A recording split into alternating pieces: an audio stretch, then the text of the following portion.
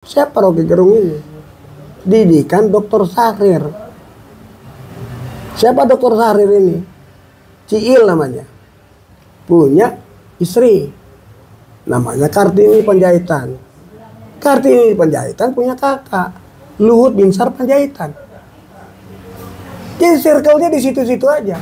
Ketemu lagi dengan beta Bung Redi Walang Bacarita. Apapun ceritanya yang penting bermanfaat.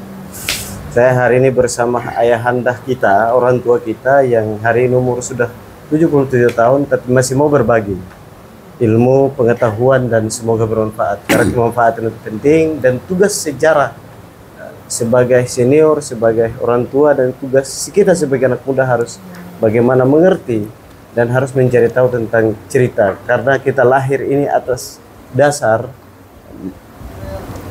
sebuah cerita. Dan akhirnya kita bisa, bangsa ini besar, dunia ini ada karena cerita dari perjuangan dan itulah tugas kita. Ayah, ini Pilpres. Ya. Pilpres ini panasnya luar biasa, ya. Tapi bagaimana Ayah melihat demokrasi kita hari ini di Indonesia ini? Soal demokrasi kita ini yang, ya kalau kita baca di media kan sudah gak ada arah ini. Orang bilang ini kok kayak Orde Baru gitu, rakyat yang bilang ya. Begini ya, Re. Bangsa ini nggak ada tradisinya demokrasi. Dididik Belanda kan? Enggak. Selama 360 tahun nggak pernah kita dididik Belanda. Tidak pernah dididik oleh Jepang. Nah, siapa kaum terpelajar yang bisa disekolahkan? Itu anak-anak bupati, ya. Anak-anak presiden. Apakah mereka diajarkan mengenai demokrasi? Feudalistik. Jadi gak ada tradisi demokrasi. Kita mesti belajar demokrasi. Nah, Soekarno menciptakan demokrasi terpimpin. Di mana ada demokrasi dipimpin? Demokrasi is demokrasi. Rakyat. Demos. Rakyat yang berkuasa itu rakyat. Ini enggak. Nah, saya kasih contoh paling dekat sama saya. Ayah saya itu anak bupati. Kagum sama Sultan Syahrir. Sehingga dia dididik oleh Sultan Syahrir. Apa itu demokrasi, apa itu sosialisme kerakyatan, bagaimana memperjuangkan nasib rakyat. Tapi dasarnya feudalistik. Beranikah dia berdebat sama orang tuanya? Nggak berani. Termasuk kita. Satu contoh, anak ayah tuh ada 6. Satu ibu, satu bapak, tapi punya anak angkat 4 dari pihak ibu gitu. 10 duduk di meja untuk makan bersama. Yang tua-tua duluan yang duduk sana.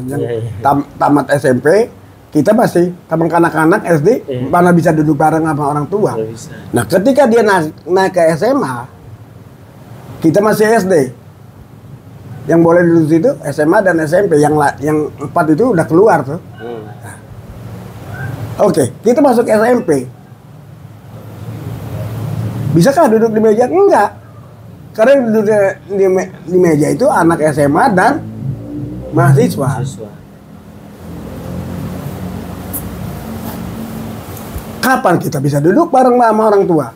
Nggak bisa. Ini nggak ada dasarnya itu. Mau bicara dari sehari-hari. Kritik saya soal Mas Soeharto tahun 17 Agustus 1994 tertulis yang Ray baca tadi. Ya. Demokrasi itu cerminnya dari rumah. Lihat Soeharto. Sama istri sama anak takut. Bukannya kita harus bersikap otoriter. Tapi sebagai demokrat, dia mengakunya demokrat. Hei, kamu salah. Dia bilang Pancasila itu demokrasi. Tapi apa yang dilakukan Soeharto? Hiasan bibir. Bukan kepentingan rakyat, kepentingan pribadi. Ini yang terjadi. Ya. Ngomong demokrasi apa? Coba sekarang kita lihat dari Pancasila. Apa sih kelemahan Pancasila? Ada, nggak ada kelemahannya. Apakah Ketua Maha Esa dijalankan? Iya, iya. Apakah keadilan dijalankan? Apakah peri kemanusiaan dijalankan? Kalau peri kemanusiaan dijalankan, nggak ada Petrus. Ya. Penembak misterius, nggak ada. Katanya Pancasila. Jadi, Hendra sebagai seniman besar, budayawan besar, itu bikin satu syair, perjuangan adalah pelaksanaan kata-kata. Perjuangan kita pelaksanaan, perjuangan kita Pancasila. Diperjuangkan dong kata-katanya itu. Ketuhanan Maha Esa dijalankan, jangan diadu-adu antar agama.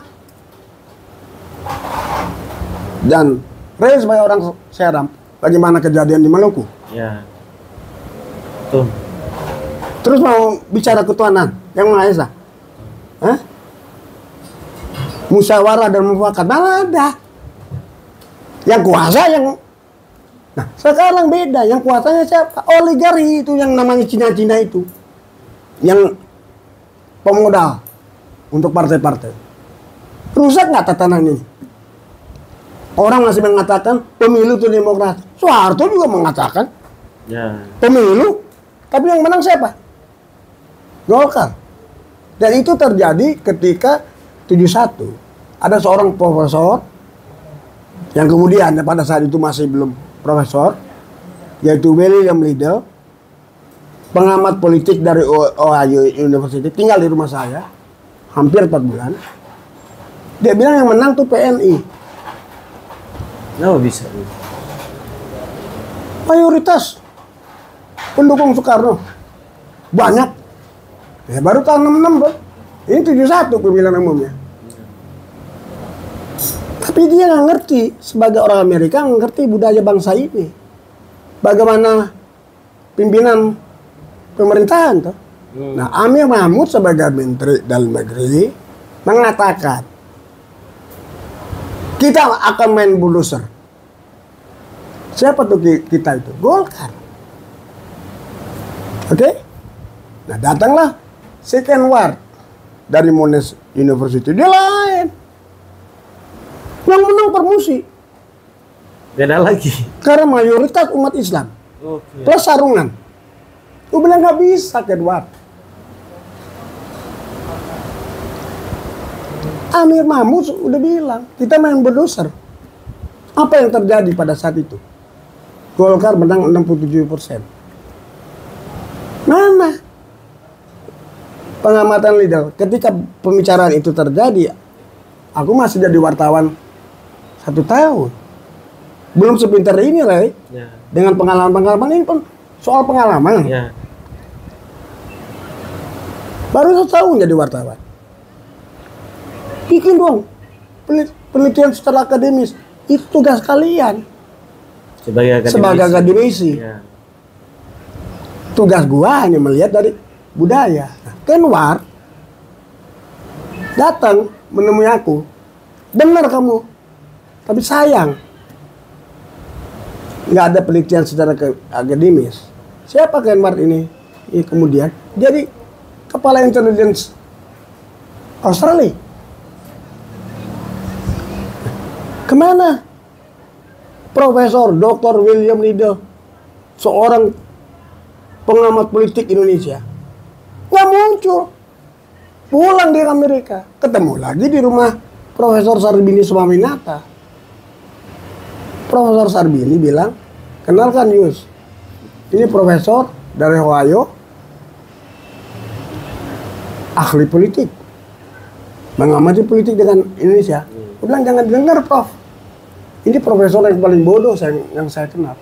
Dia tanya, siapa kamu? Prof, tidak tinggal di rumah saya 4 bulan Prof, di Jalan Grisik 41. Saya putranya Mr. Mahmud. Apa jawabannya? Ayah bagaimana? Sudah meninggal Prof. Ibu bagaimana? Masih oke. Jadi ketika Muhtar Lubis meninggal dunia, 40 hari tim, saya turun dari mobil, Salim Said, Profesor Salim Said teriak, "Yus, kenal ini guru besar gua dari Ohio." Aku balik, "Profesor paling bodoh." Apa jawabannya dia ke si Salim? "Saya bikin blender sama dia Sumadi Praja." Jadi jangan pernah percaya sama pengamat asing. Pengamat asing itu mengamatinya dari luar, dia nggak ngerti budaya bangsa ini. Yang ngerti budaya bangsa ini Ray. Oke, luar biasa. Jadi kalau hanya orang rumah yang tahu isi rumahnya, ya? Iya dong. Makanya orang-orang asing itu nggak pernah mau ketemu saya. Datang orang duduk di sini berdua sama saya dari Jerman. So tahu tentang militer. Lu ngerti apa soal militer? Lu orang asing. Gua tahu militer. Menarik ini Ayah. Pilpres besok ini kan ada 3 orang yang bertarung. Ada Muhaimin Iskandar dengan Anies, ada Ganjar Pranowo dengan Mahfud MD, ada Prabowo bersama Gibran. Gimana?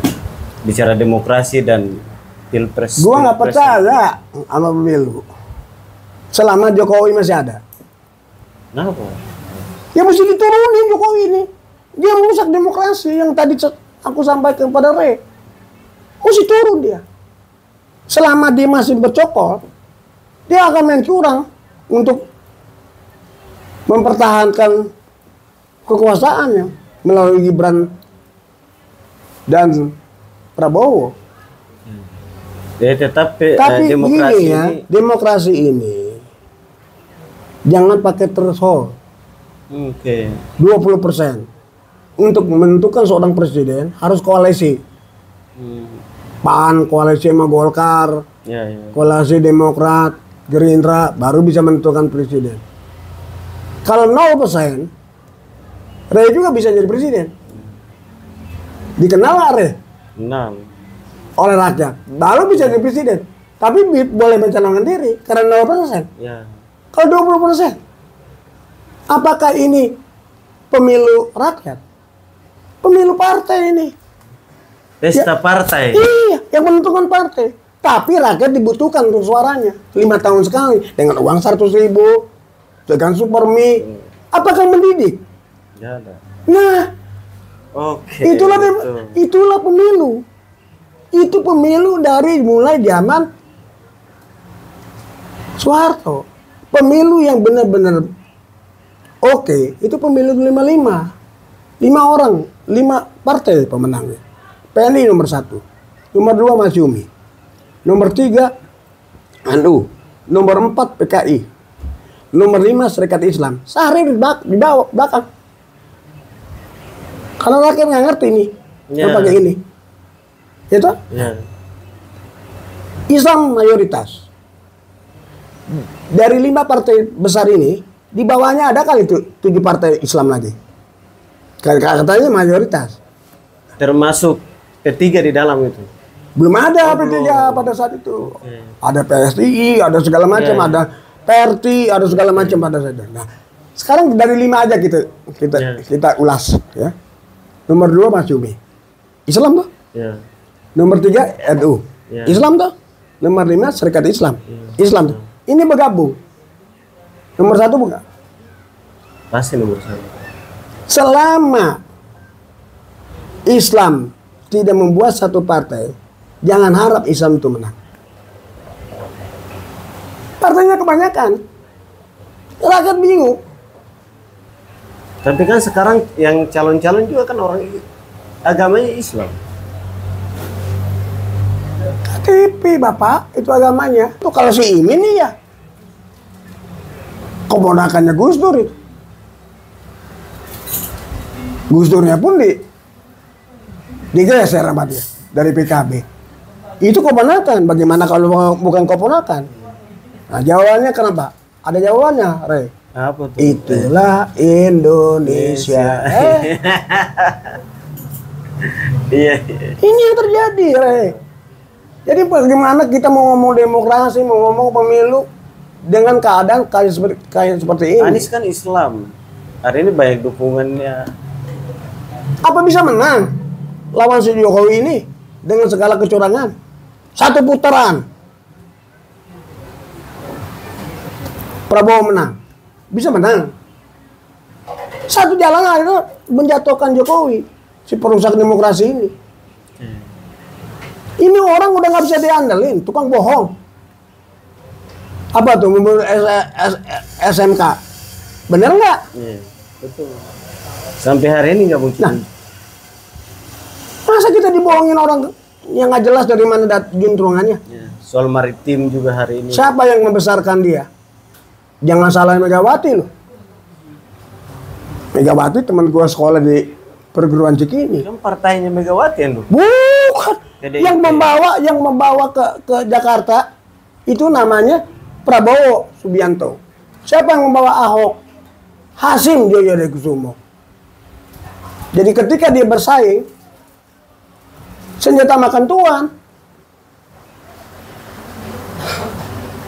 Sedang Mebal bisa menang sama majikan. Sekarang majikan jadi kacung. Jadi tukang mebal. Apa yang terjadi? Jawabannya apa lagi? Itulah Indonesia.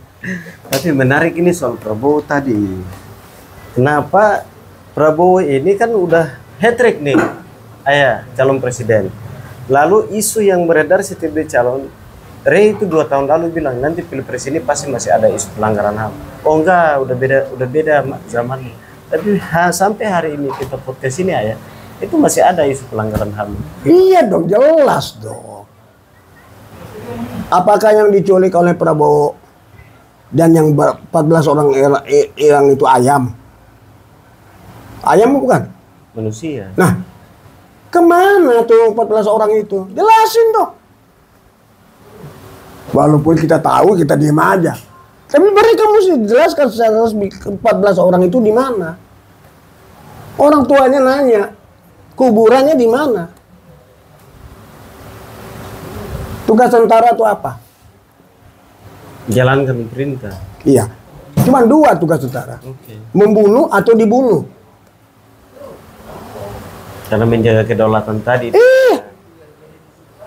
Nah dianggaplah itu yang 14 orang itu musuh. Bunuh aja. Apakah itu pelanggaran? Iya dong.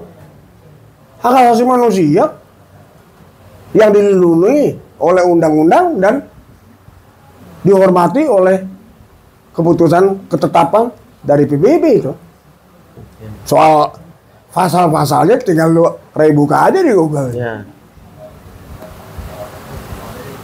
Jadi isu itu sampai hari ini selama masih ada Prabowo tetap ada. Lalu kan yang jenderal-jenderal yang kita baca ada di sidang waktu itu di sidang militer. Termasuk SBY. Ya Wiranto dan lain. Wiranto termasuk si siapa? Komandan Kopassus nih. Agung Gumilar. Bahkan Agung Gumilar bikin statement bahwa dia dipecat. Tapi apa yang terjadi sekarang? Mereka mendukung. Ya.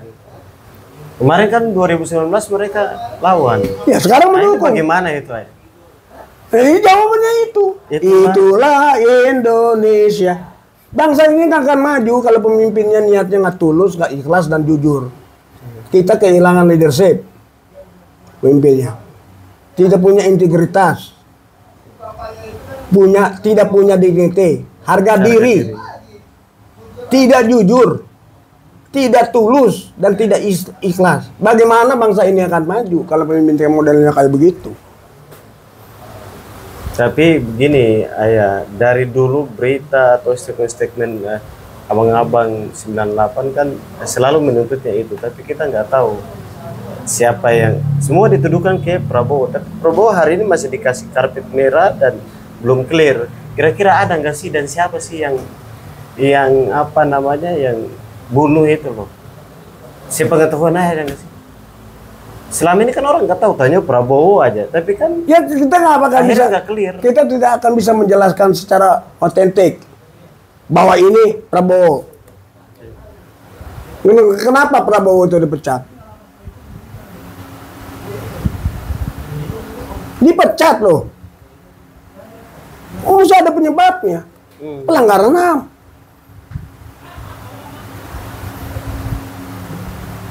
Itu kan yang dibuktikan oleh SBY, Agung Gumilar, Wiranto dan sebagai panglima untuk memecat dia. Sekarang mendukung. Apa yang terjadi di bangsa ini?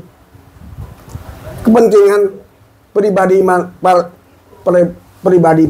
manusia ini. Rakyat dikorbankan. Maksud bikin partai itu apa? Untuk mendidik rakyat, bukan untuk menipu rakyat. Ini yang terjadi sekarang. Kita dibutuhkan hanya 5 tahun sekali. Kalau saya mengharap sih nggak ada pemilu. Ini guruan dari saya ya. Kenapa pemilu itu kualat? Dilakukan tanggal 14 Februari 2024. Itu ulang tahun Yusuf Hadi Praja ke-77. 7 kali 2, 14. 7 tambah 7, 14. Itu hanya boleh yang merayakan Yusuf Hadi Praja. Dan orangnya gadis-gadis cantik yang umur 17 tahun. Yang pakai rok mini Valentine Day. Dengan membawa coklat. Bukan rakyat Indonesia. Kalau dia bikin tanggal 15 atau 16 Februari, nggak kualat. Ini kualat. Ulang tahun gua yang kepestain tiap tahun. Aku tuh sama si Irwan. Iya. Lalu hari ini ada 2 orang. Jadi kontroversial juga sebenarnya. Satu jadi kontroversial, satu punya pengagum yang banyak. Yang pertama dulu. Sebagai wartawan senior, sebagai aktivis, sebagai orang tua, sebagai guru, umur sudah 77 tahun, insya Allah sehat-sehat terus. Saya pasti mungkin dulu menulis di koran atau mungkin bertemu langsung. Ada yang pertama itu jadi kontroversi, Luhut Binsar Panjaitan, siapa sih orang ini? Dan yang kedua itu Rocky Gerung. Yang hari ini narasi-narasinya hebat dan luar biasa, tadi sempat disebut tadi.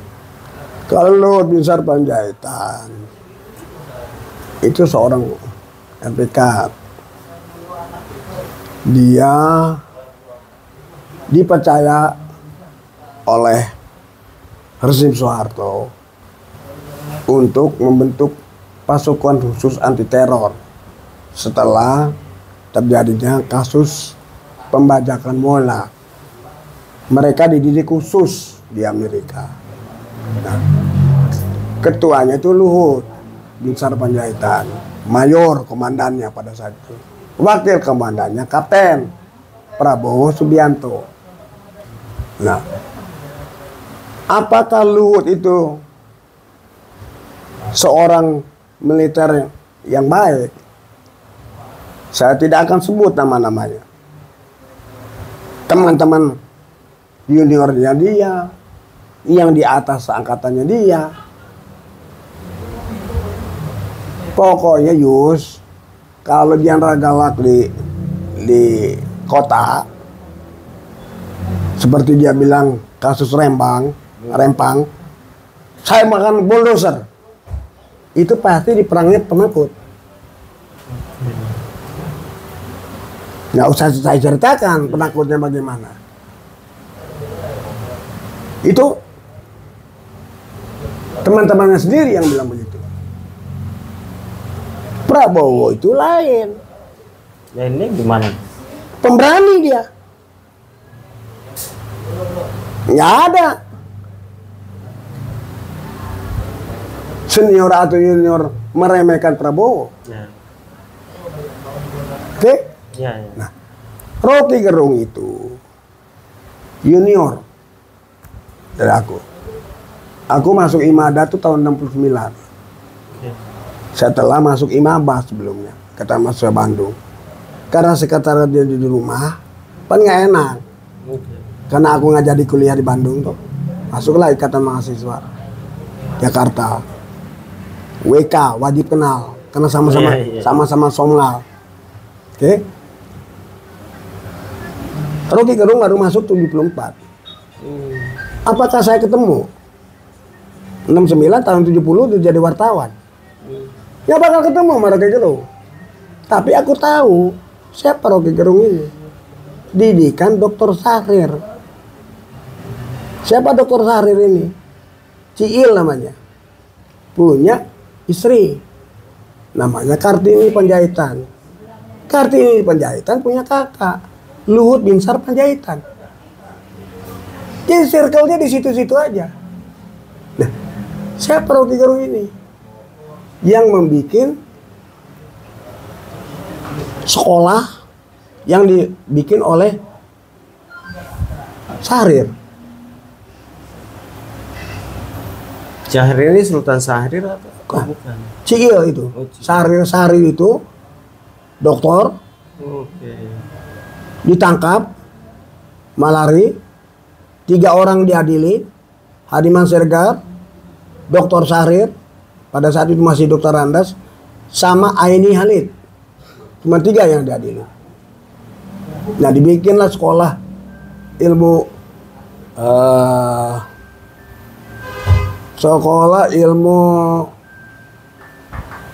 itu saya guruin sih, sekolah ilmu sosial. Saya suka guruin pada saat itu. Itu memang sekolah ilmu sesat gitu. Nah, itu Rocky Gerung. Rocky Gerung lah bikin perhimpunan Indonesia Baru.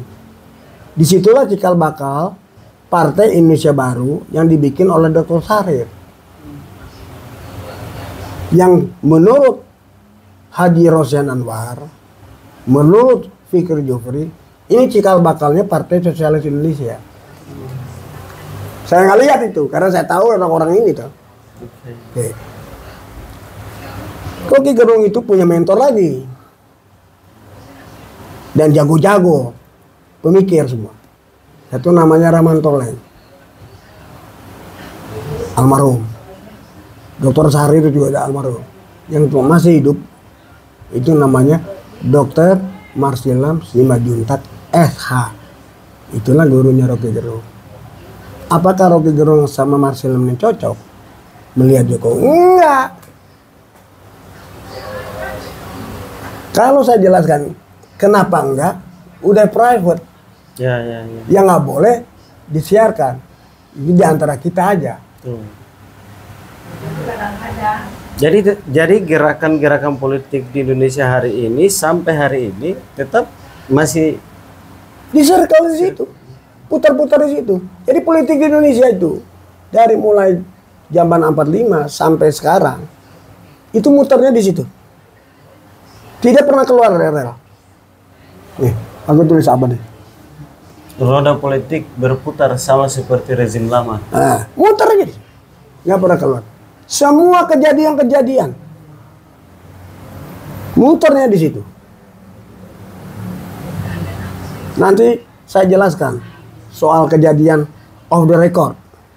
Oke. Bukan untuk publik. Konsumsi podcast. Itu untuk pengetahuan.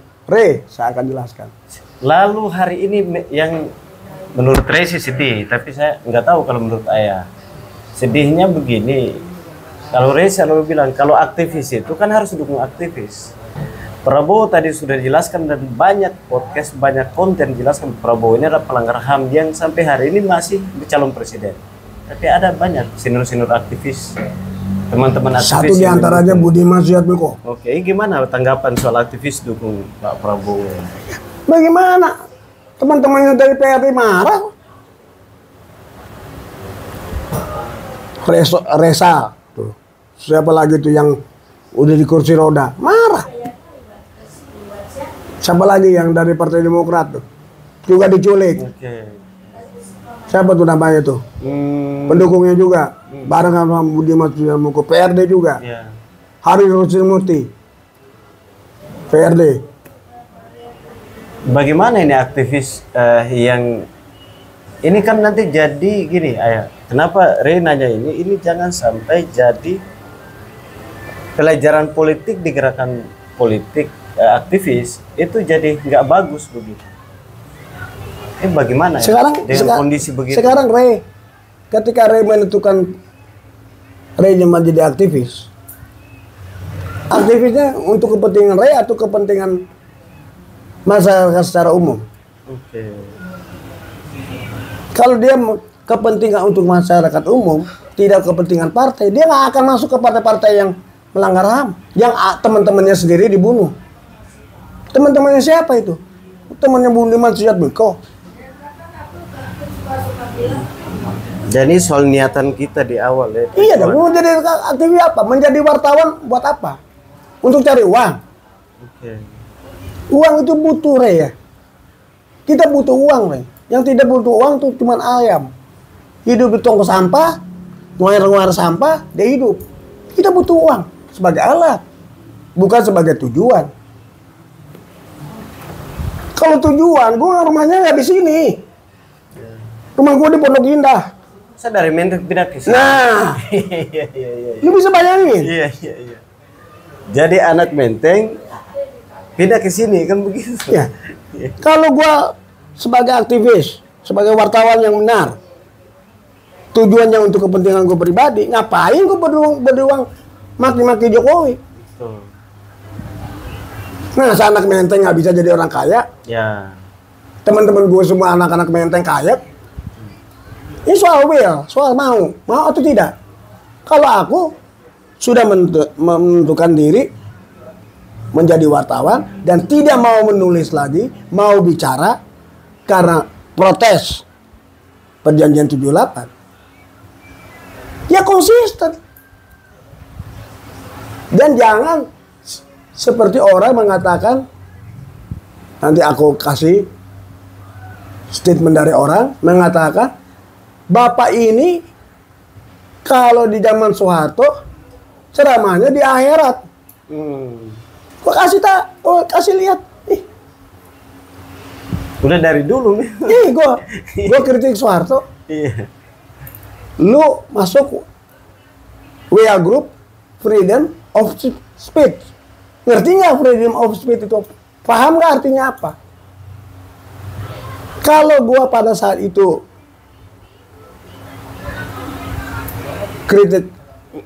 kritik Soeharto, gua nggak ada apa-apain.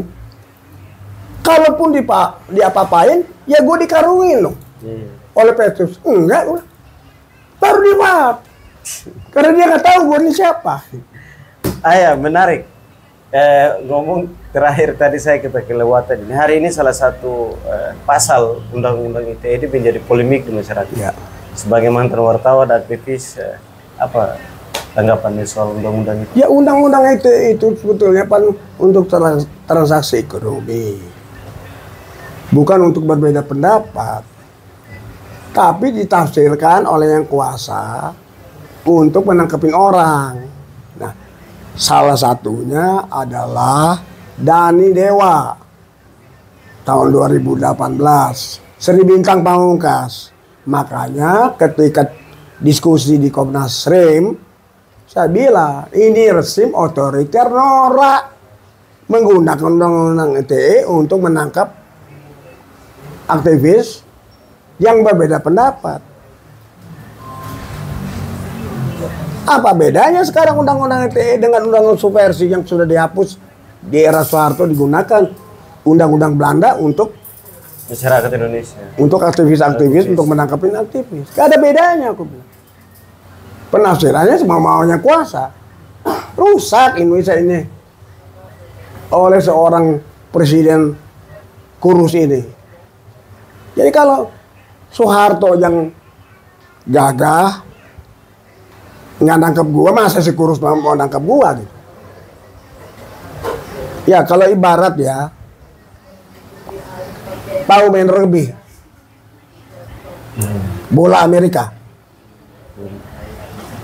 bola direbut, adu badan, mental. Oke, ya. Namanya rugby, bola Amerika. Kalau kita main rugby sama Soeharto, kita adu badan sama Soeharto. Soeharto tuh kuat, mental badan kita. Kalau sama yang ini, gak usah ada badan. Sliding, jepit kakinya, jatuh. Iya, iya. Nah, siapa yang berani sliding? Itulah pemimpin Indonesia masa depan. Siapa yang bisa sliding? Siapa yang berani sliding terhadap presiden yang berkuasa saat ini? Itulah pemimpin masa depan. Karena pemimpin masa depan itu akan muncul dalam keadaan super krisis.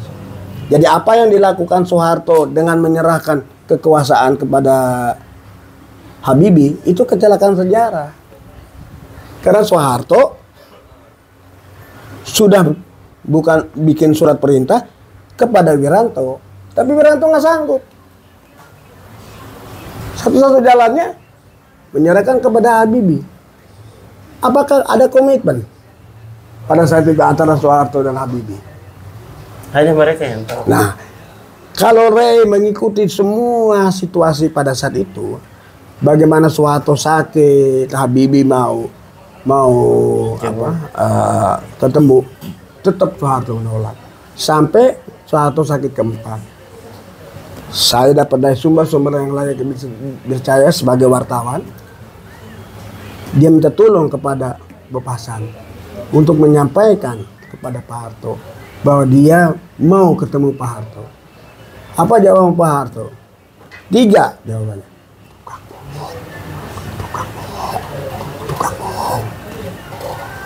Tukang bohong dia bilang. Karena ada komitmen. Nah itu yang lainnya off the record. Siap. Terakhir Ayah. Ayo. Apa pesannya kepada masyarakat Indonesia, wabil khusus buat anak muda? Anak muda melihat keadaan kayak begini, busuk nih keadaan. Yang tadi saya bilang kan, Ibu Pertiwi sedang hamil tua, disetubui terus sampai lecet. Jangan diem. Nggak ada perubahan politik dari buruh, dari petani, dari rakyat. Rakyat itu menunggu anak-anak muda. Siapa anak-anak muda ini? Kaum intelektual yang punya kesempatan, punya pendidikan. Jangan takut dipecat. Jangan takut ditangkap. Kita bisa lihat bagaimana ketua BEM dari UGM diteror.